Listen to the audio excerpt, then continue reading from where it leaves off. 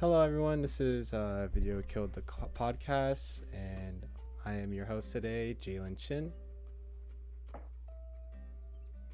Uh, And this is Emoni Futrell and Maderro Helms, who will be my co host today. Hello, I'm Emoni Futrell. Hi, I'm Maderro Helms. Okay. And today we'll be talking about going into the workforce after Nova. So, what does going into the workforce after Nova contain? Going into the workforce, it includes working on productions, going on to internships, and gaining experience on site. Hmm. So, some types of jobs in the film industry are contained in production, direction, transportation, uh, working with the camera, grip, which contains working with lights and figuring out what cords plug into where, and electric, continuity, script, sound, art, and props, hair, makeup, and everything else that is contained during on set. Yeah. Yeah, there are a lot of places you can kind of head once you're out of college and trying to find work. Mm-hmm. There are a lot of different roles that can be suited. Yeah, for sure. Do you guys have any questions about getting into the workforce? What would you guys say is maybe like the best way of going about it? Like you get out of college and like what then? How do you actually find work? So I believe that going into the work and being able to find it would be through job sites. That would be through things like Indeed, Monster, or even the film. Uh, um, yeah, the I know film Link. connection. Wait, what?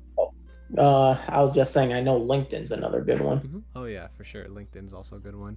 Yeah, so definitely creating that experience, like increasing your experience in the field, and then going looking towards these job sites to put your name out there is definitely a great way of getting into the workplace.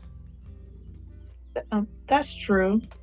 We could get like connections from our professors or students who been working in film for a very long time. That's Hmm. also a way.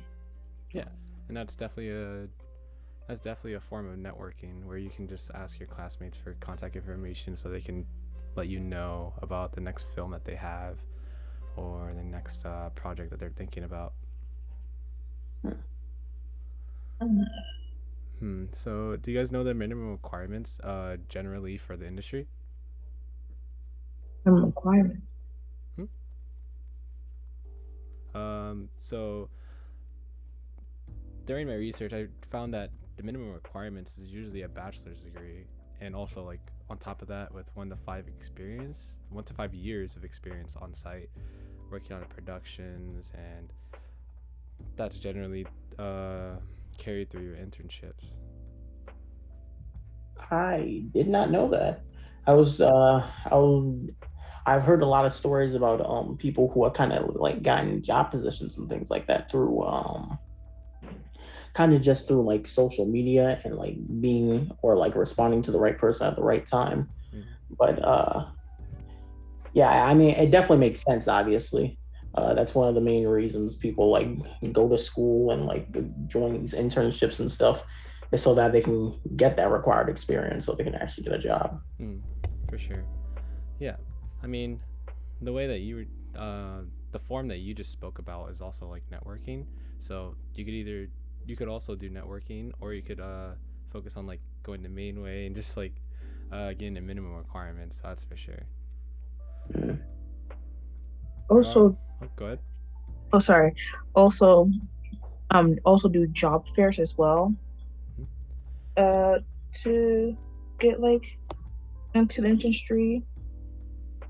Yeah, you could always find out more about the occupation that you're going for through job fairs, and understand like how the person running it employs, how they usually employ people, and what you can learn from them from working on set. Hmm.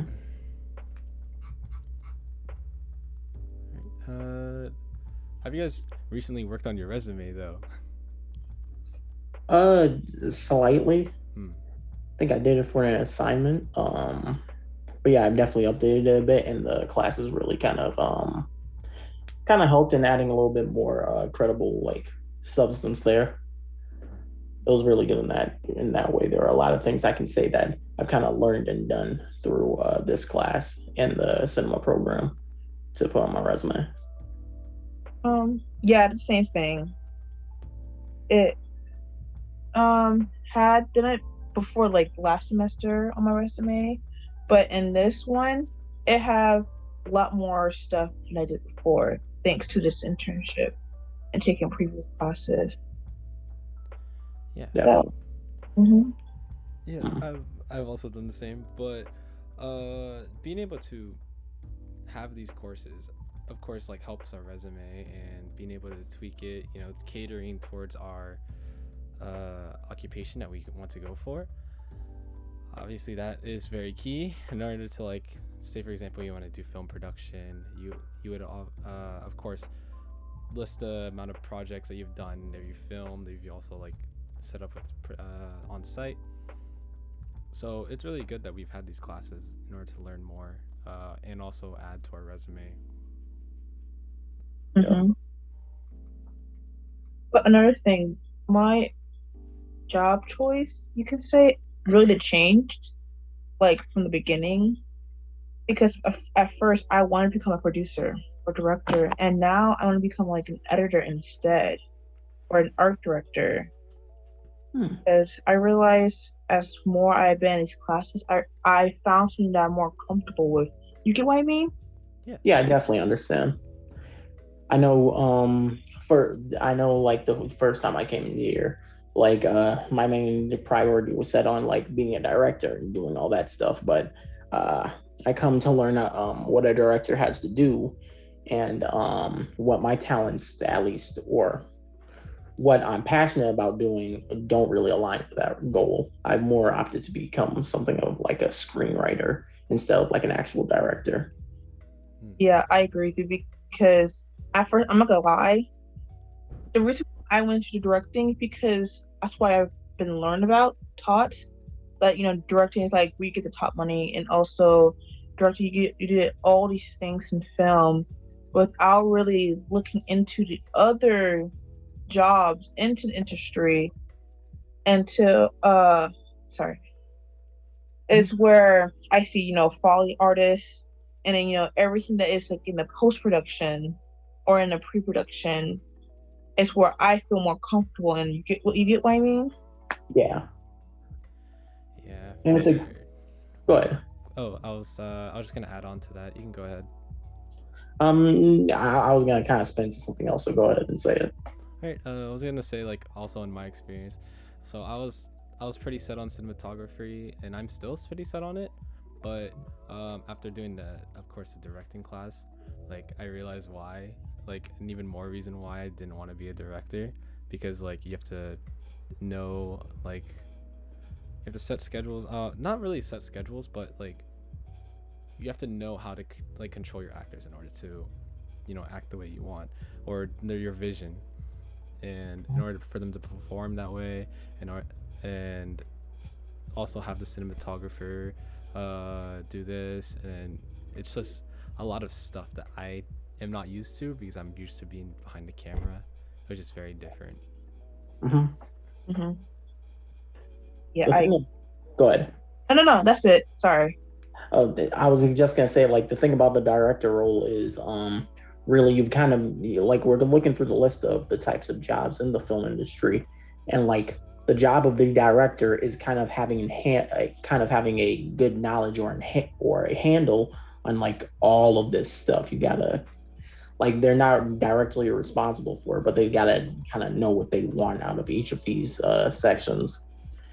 There are other people commanding it, but the film industry is full of a lot of different types of careers and professions, And being a director is all about kind of like knowing all of these professions and using them to the best of your ability to create your vision. Yeah. Mm-hmm. Yeah, for sure. I know. I'm not. I don't remember which professor said this, but I'm pretty sure one of them said that it would be best to start from the bottom so that you can gain experience through most of the fields, and then from there take that experience in order to become a great director. But I'm not. I don't quote me on that. I don't remember who exactly said it, but yeah, I remember that advice, and I found that like very interesting. That saying do sound familiar. Yeah. From a lot of professors, actually.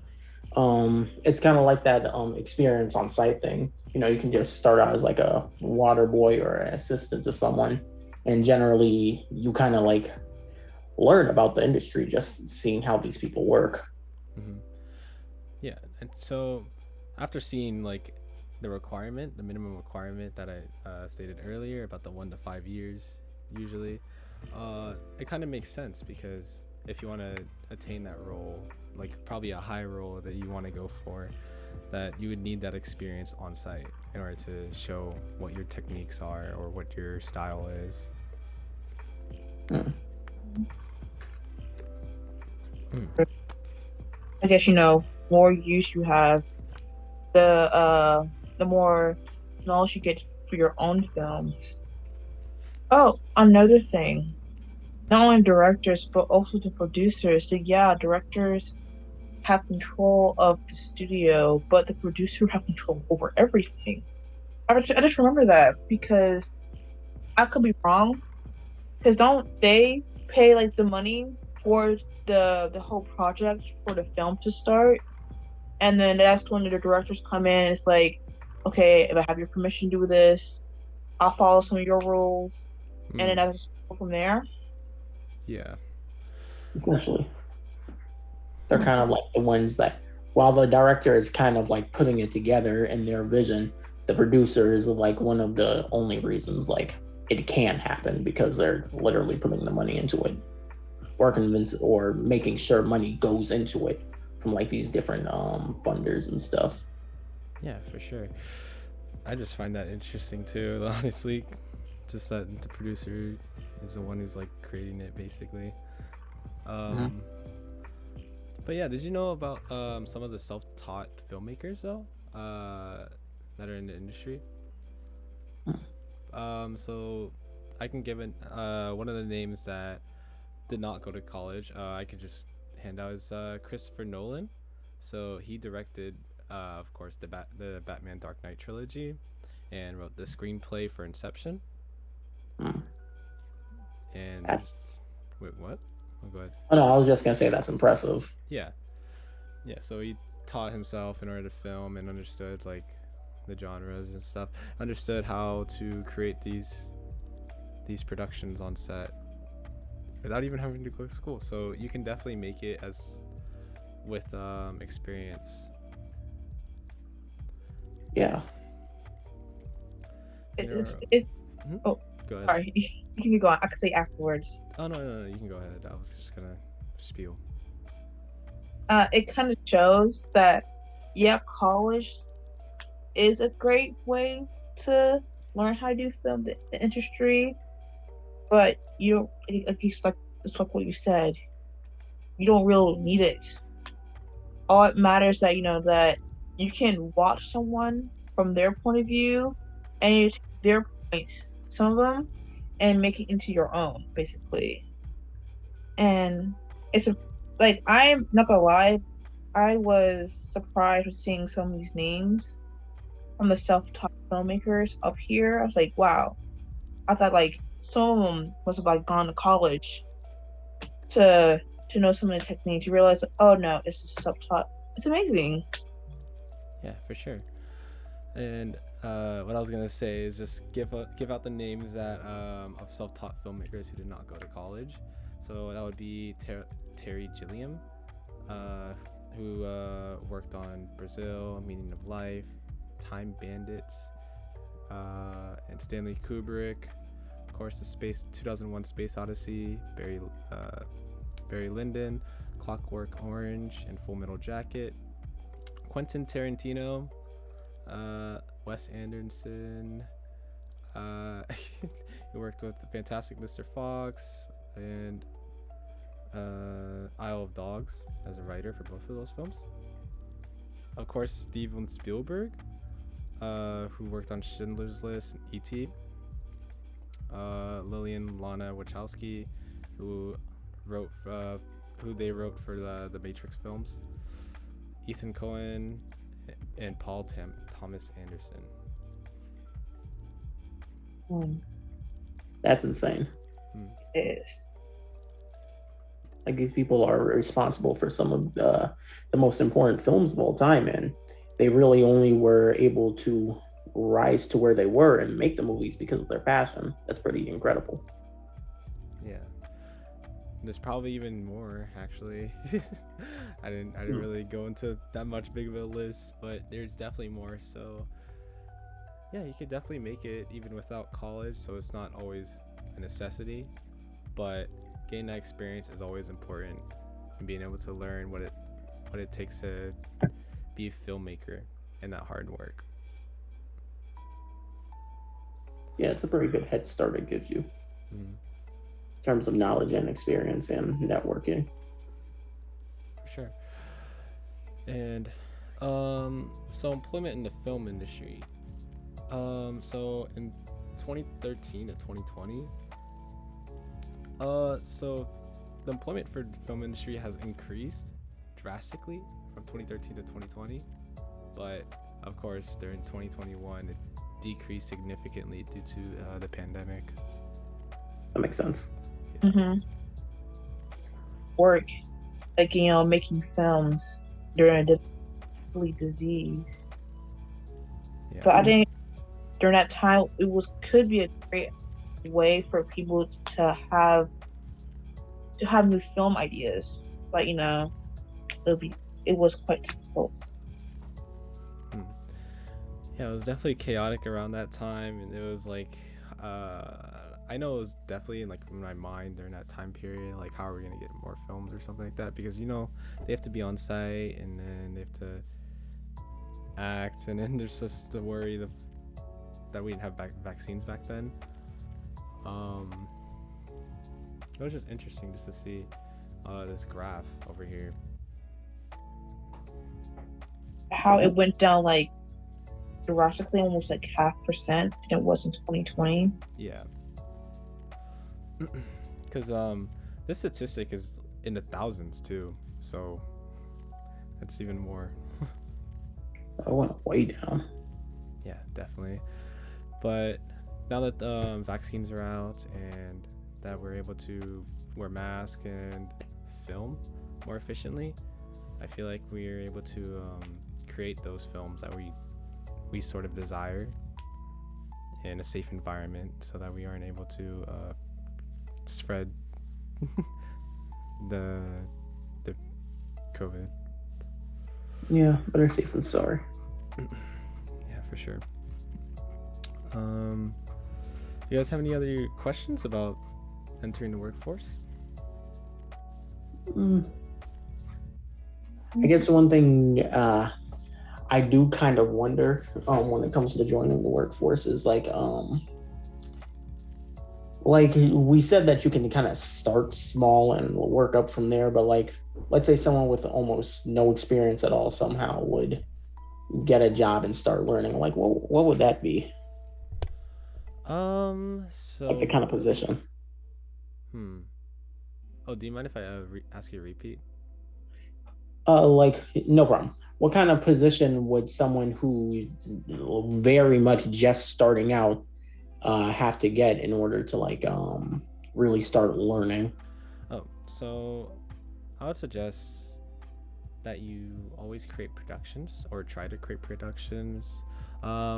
Search up YouTube videos. That's always a great resource. Being able to understand how your favorite films are made on set, learn about what's screenwriting, shot lists,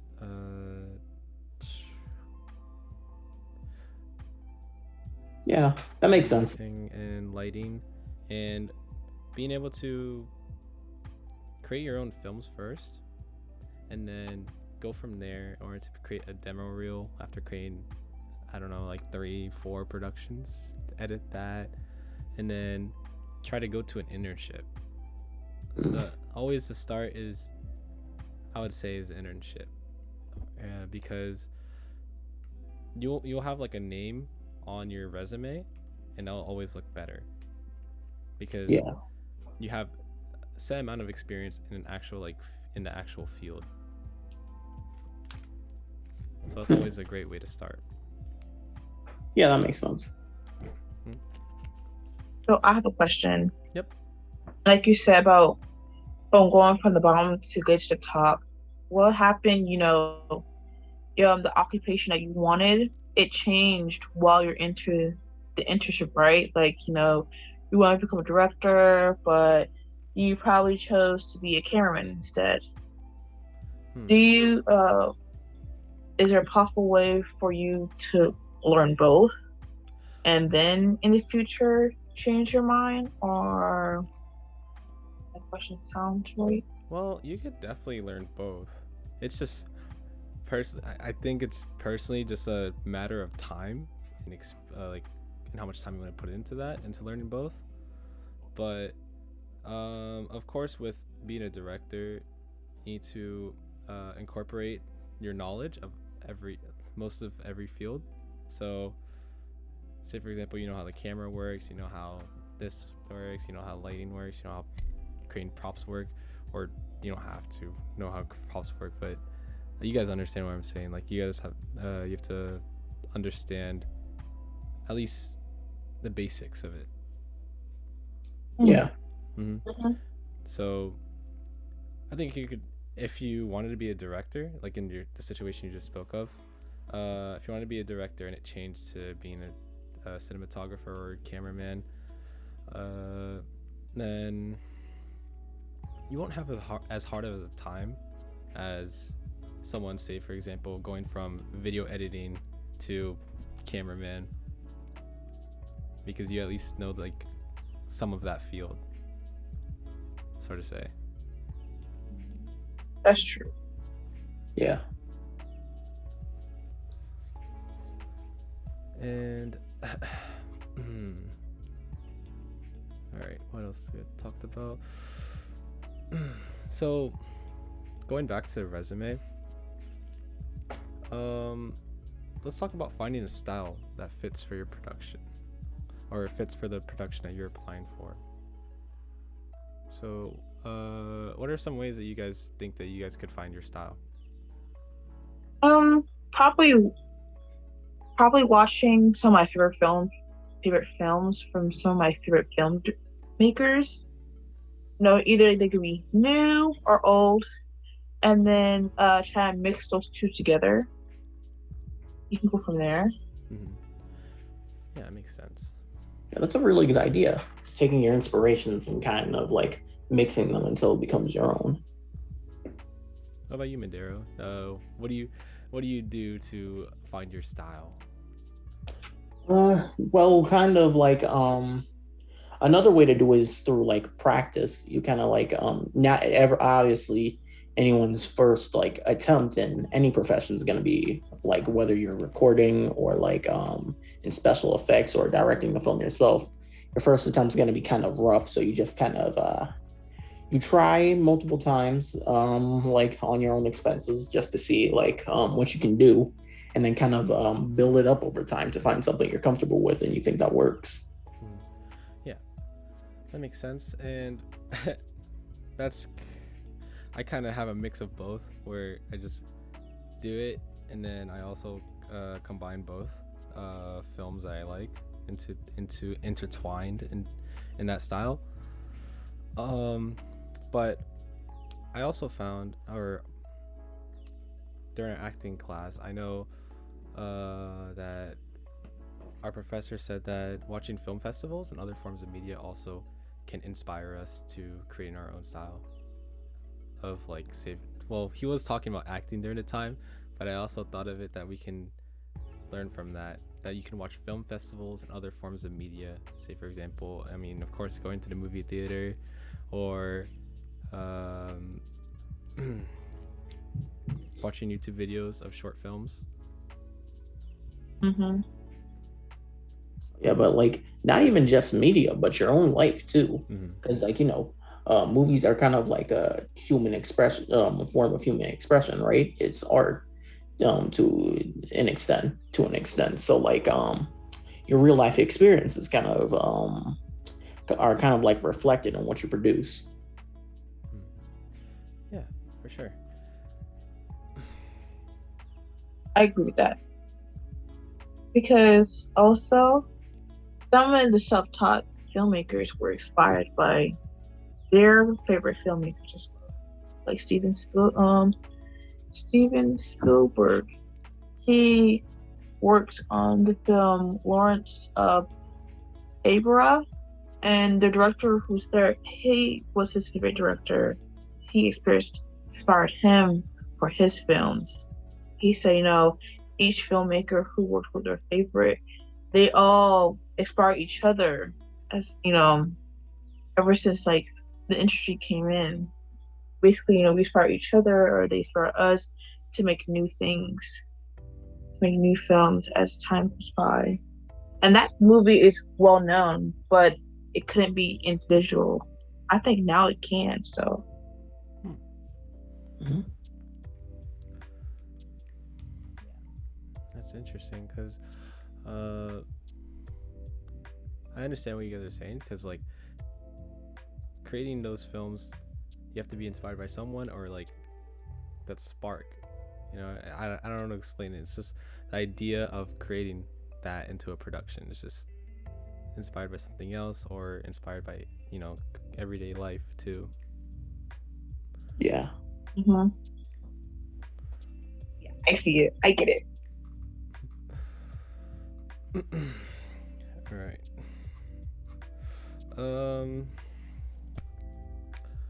So, I think we're good on the discussion, and I want to say one of my favorite quotes that inspires me to continue through the workforce.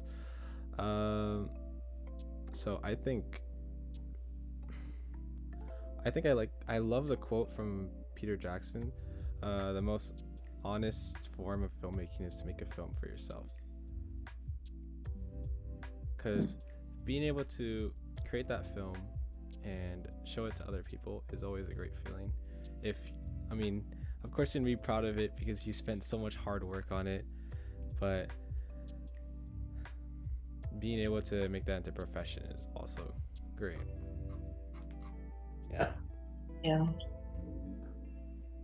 Okay. All right. I think that's it for today. Thank you guys for listening. This is Jalen Chin.